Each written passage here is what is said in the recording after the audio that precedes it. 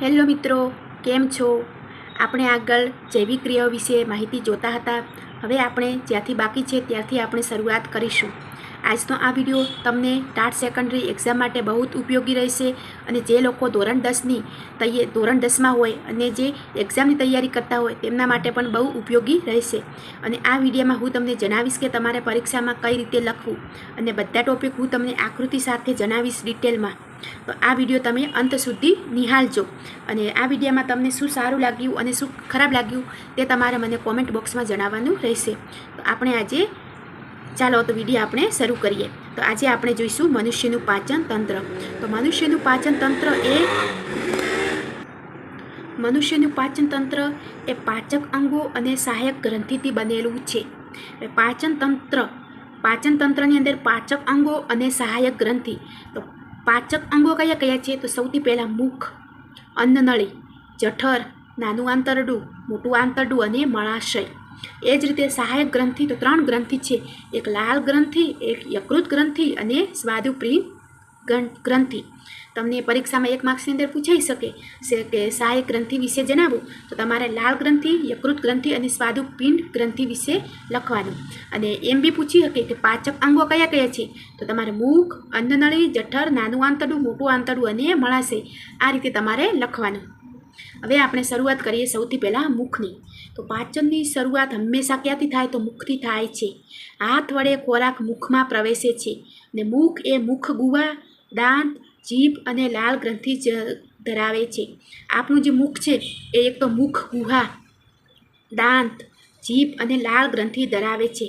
દાંત એ શું કરે? તો દાંત એ ખોરાકને કાપે, ચાવે અને દળે છે. જીભ શું કરે? જીભ એ ખોરાકને લાળ સાથે ભેળવે છે. લાળ એ પાણી જેવું પ્રવાહી છે. ને લાળ ગ્રંથિમાંથી લાળનો સ્ત્રાવ થાય છે. ને લાળ ગ્રંથિમાં રહેલા એમાઇલેજ ઉત્સેચક એ સ્ટાર્ચનું માલ્ટોઝમાં રૂપાંતર કરે છે. લાળ ગ્રંથિમાં રહેલો જે એમાઇલેજ છે એ સ્ટાર્ચનું શેમાં? માલ્ટોઝમાં રૂપાંતર કરે છે. એટલે કે સ્ટાર્ચનું માલ્ટોઝમાં રૂપાંતર કયો એમાઇલેજ કરે? સ્ટાર્ચનું માલ્ટોઝમાં કોણ રૂપાંતર કરે? તો એમાઇલેજ ઉત્સેચક, જે તમારે યાદ રાખવાનું. તેના પછી અન્નનળી. એ પાચન માર્ગના અસ્તરમાં રહેલા સ્નાયુઓના લયબંધ સંકોચનથી ખોરાકને નીચેની દિશામાં આગળ વધે છે. આપણે જેવો ખોરાક મુખમાં મૂક્યો તેના પછી અન્નનળી મારફતે ખોરાક નીચેની દિશામાં આગળ વધે. અને ખોરાકનું વહન કરતી નળીને શું કહે? અન્નનળી કહે છે. અન્નનળીમાંથી ખોરાક જઠરમાં જાય છે. અન્નનળીમાંથી ખોરાક ક્યાં જાય છે? તો જઠરમાં જાય છે. જઠરનું સ્થાન ક્યાં છે? ઉદર પ્રદેશની ડાબી બાજુ. જઠર 3 નળિકામય ગ્રંથિ ધરાવે છે. અને જઠરમાં 3 કલાક ખોરાક વલોવાય છે. આપણે જે ખોરાક ખાઈએ તે ખોરાક 3 કલાકમાં જઠરમાં વલોવાય છે. તેના પછી જ તે આગળ વધે છે. જે જઠરની અંદર 3 નળિકામય ગ્રંથિ છે તે સૌથી પહેલાં છે HCl, પછી શ્લેષ્મ ગ્રંથિ અને પેપ્સિનોજન. HCl કે જઠરમાં HClનો સ્ત્રાવ થાય જે ખોરાકને એસિડમય બનાવે છે. HCl શું કરે? ખોરાકને એસિડમય બનાવે છે. શ્લેષ્મ ગ્રંથિ કે જઠરની દિવાલમાં રહીને HCl સામે રક્ષણ આપે છે. શ્લેષ્મ ગ્રંથિ શું કરે? જઠરની દિવાલમાં રહે અને જે HCl છે એની સામે રક્ષણ આપે. અને પેપ્સિનોજન તો પ્રોટીનના પાચન માટે પેપ્સિનોજનમાંથી પેપ્સિન ઉત્સેચક કાર્યરત થાય જે પ્રોટીનનું નાના અણુમાં રૂપાંતર કરે છે. અને જઠરમાંથી અર્ધપાચિત ખોરાક નાના આંતરડામાં પ્રવેશે છે. જેનું નિયંત્રણ મુદ્રિકા સ્નાયુપેશી એટલે કે ની જઠર વાલ્વ કરે છે. અને નાના આંતરડામાં ખોરાક પ્રવેશતા યકૃત અને સ્વાદુપિંડ ગ્રંથિમાંથી પિત્તરસ અને સ્વાદુરસનો સ્ત્રાવ થાય છે. યકૃતમાંથી પિત્તરસ અને સ્વાદુપિંડમાંથી સ્વાદુરસનો સ્ત્રાવ થાય છે. હવે આપણે આગળ યકૃત અને સ્વાદુપિંડ વિશે જોઈએ. યકૃતમાંથી પિત્તનો સ્ત્રાવ થાય. પિત્ત એ લીલાશ પડતા પીળા રંગનું પ્રવાહી છે.